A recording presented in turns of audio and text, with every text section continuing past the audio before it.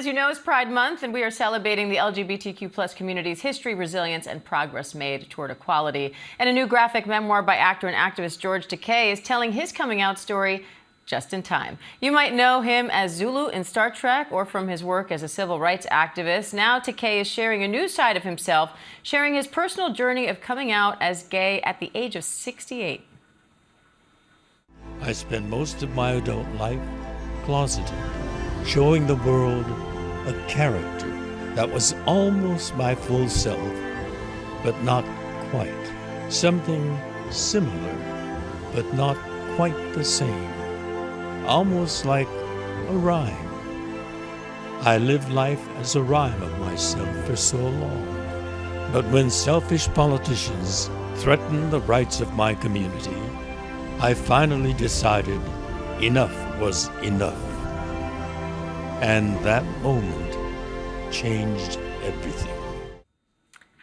The new graphic memoir, Rhymes with Takei, follows his award-winning book, They Called Us Enemy, and George Takei is actually here right now to tell us all about it. George, thanks so much for coming on, and happy Pride to you. Thank you very much. So happy Pride to you. I was just flipping through the book, and it is beautiful. Look at these illustrations. So just so curious, what inspired you to want to share your story now and want to share it in this way? Well, I've been closeted most of my life, or behind barbed wires. As a child, I was imprisoned in U.S. internment camps during the Second World War because I looked like this.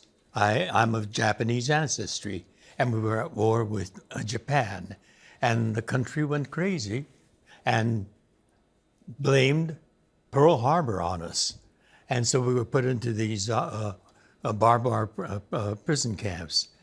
After the war, and I was growing up, and I was about 9 or 10, I discovered that I'm different in another way. I was attracted to other boys. Bobby had a sweet smile.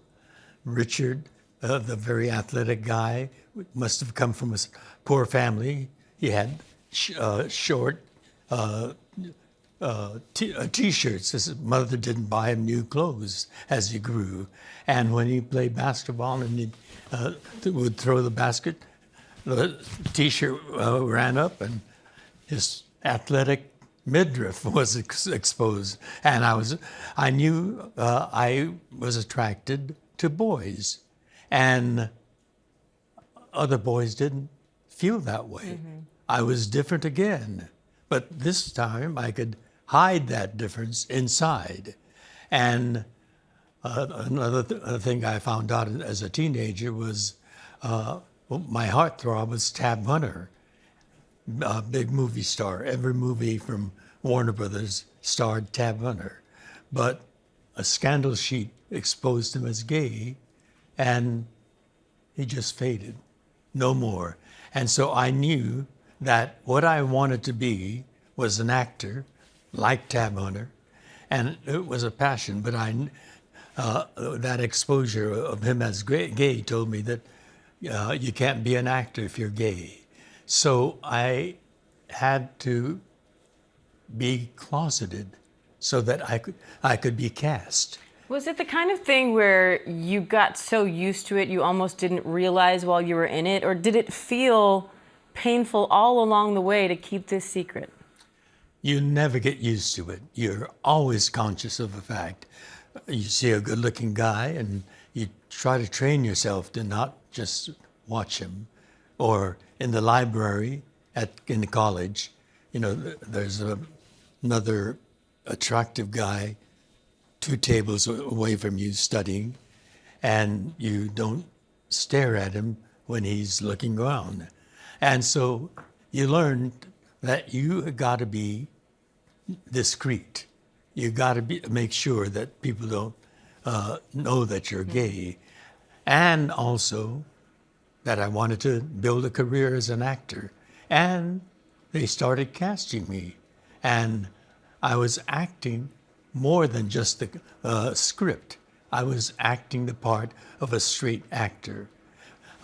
And you see the world around you changing because there are guys and gals who were advocating for the LGBTQ issues and making changes. And I was advocating, but other issues like the civil rights movement or peace in Vietnam. But the most personal issue, the fact that I'm gay, I was silent about. And you feel guilty because all the progress that's being made is at their effort. I did not participate, and I'm an activist, and so I feel guilty about it. So I'm conscious of my closetedness all the way, and it was very painful and very uncomfortable and difficult. So after decades of keeping this secret, what made you then finally decide, what made you start thinking about coming out and then finally go ahead and do it at 68? You're always feeling guilty for not participating, always feeling that the world is against you, and you're grateful to the others that are making that change. And change was happening, and marriage equality was starting to happen. And because of their effort, the California legislature, the people's representatives, the California State Senate and the State Assembly passed the marriage equality bill. It was a landmark event, and I was very happy about that. But it needed one more signature, that of the governor, Arnold Schwarzenegger, another actor. But when he ran for governor, he ran by saying, I'm from Hollywood, I've worked with the gays and lesbians, I have friends who are gays, appealing to the LGBTQ vote and giving the impression that he supports gay causes. But when the marriage equality bill that passed the legislature went to the governor's office, he did something that I wasn't expecting him to. He vetoed it, the hypocrite.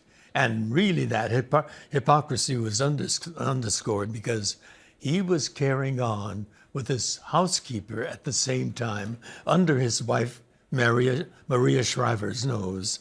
And he had a son by that woman. And of course, they got divorced. So was it that veto that motivated you? That veto had me raging.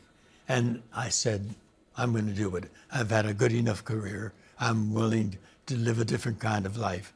And I came out. But what I discovered was I was more in demand as gay George Takei, being cast in gay characters. And one character was even named Gay George Takei. So it worked out differently than you were dreading. All right, George, it's so great to have you on. Again, the book is called George Takei. It rhymes with Takei, and it's available wherever books are sold.